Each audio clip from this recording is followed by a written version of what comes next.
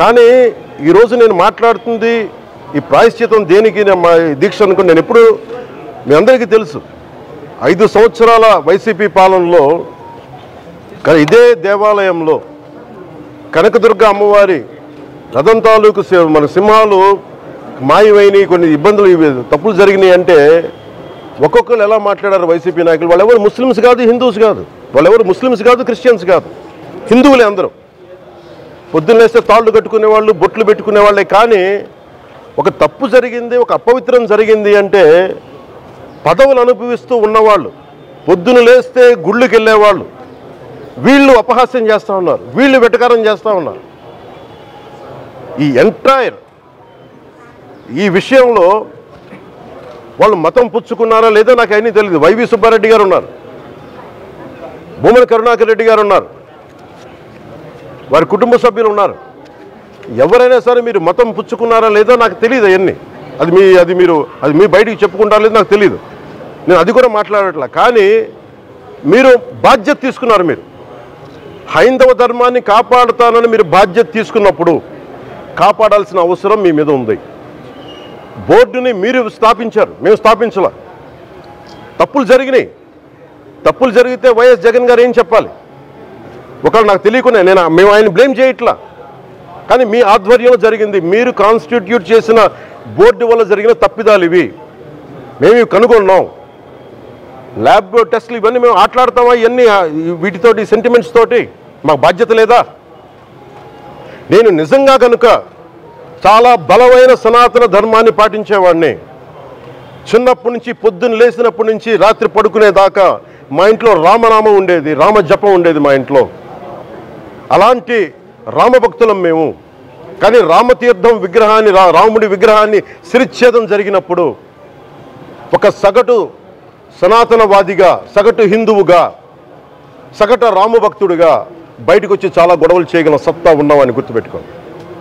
ముఖ్యంగా వైసీపీ నాయకులకి, నన్ను విమర్శించే దేశ యావత్తు నన్ను విమర్శించే ప్రతి ఒక్కరికి తెలియజేస్తున్నా, పవన్ కళ్యాణ్ గారు ప్రాయశ్చిత్త దీక్ష చేస్తున్నారు.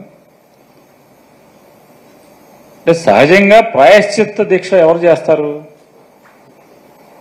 తప్పులు పాపాలు ఎవరు చేస్తే వాళ్ళు ప్రాయశ్చిత్తం దీక్ష చేస్తారు. తెలుసో తెలియకో మేము పాపాలు చేశాము, తెలిసి చేశాము, తెలియజేశాము అని ఆ దేవుణ్ణి వేడుకొని ఆ ప్రాయశ్చిత్తాన్ని కోరుకుంటారు. చంద్రబాబు నాయుడు గారు, పవన్ కళ్యాణ్ గారు ప్రస్తుతం అవసరార్థం అనండి లేదా లాభాల కోసం అనండి,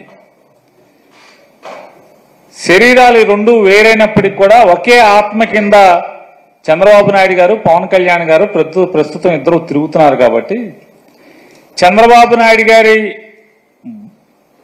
పాడు బుద్ధితో,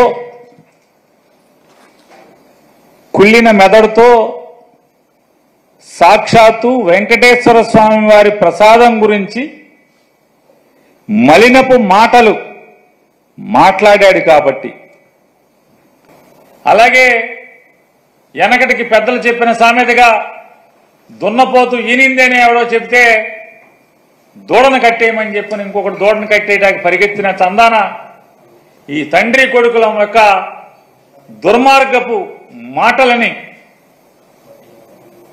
దున్నపోతు ఈంతే దూడ కట్టేయడానికి ఎవడో పరిగెత్తినట్టుగా పవన్ కళ్యాణ్ గారు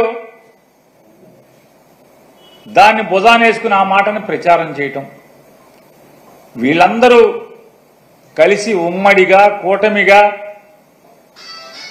చేసినటువంటి ఈ కూటమి పాపాన్ని ప్రక్షాళన చేసేదానికి సెప్టెంబర్ మాసం 28వ తారీఖున, అంటే ఈ నెల 28వ తారీఖున శనివారం తిరుమల వెంకటేశ్వర స్వామి వారి యొక్క పవిత్రతని వీళ్ళ ముగ్గురు కలిసి, కూటమంతా కలిసి అపవిత్రం చేసినటువంటి దౌర్భాగ్య పరిస్థితుల నుంచి వాళ్ళ పాపాలని క్షమించి వదిలేయమని, దానికి పరిహారం కోసం జగన్మోహన్ రెడ్డి గారి యొక్క పిలుపు మేరకు ఈ శనివారం 28వ తారీఖున ప్రతి నియోజకవర్గంలో కూడా వివిధ దేవాలయాల్లో భక్తులు కానీ ప్రజలు కానీ అలాగే వైఎస్ఆర్ కాంగ్రెస్ పార్టీ కార్యకర్తలు కానీ ప్రతి ఒక్కరు కూడా ఆ రోజు ఈ కూటమిగా వీళ్ళు ఏర్పడి స్వామివారి పవిత్రతని ఈ రకంగా కిరాతకంగా పాపానికి ఒడిగట్టిన దాన్ని పరిహారం కోసం ప్రత్యేకమైన పూజలు నిర్వహించమని చెప్పని అందరినీ కూడా వైఎస్ఆర్ కాంగ్రెస్ పార్టీ తరఫున కోరుకుంటున్నాం.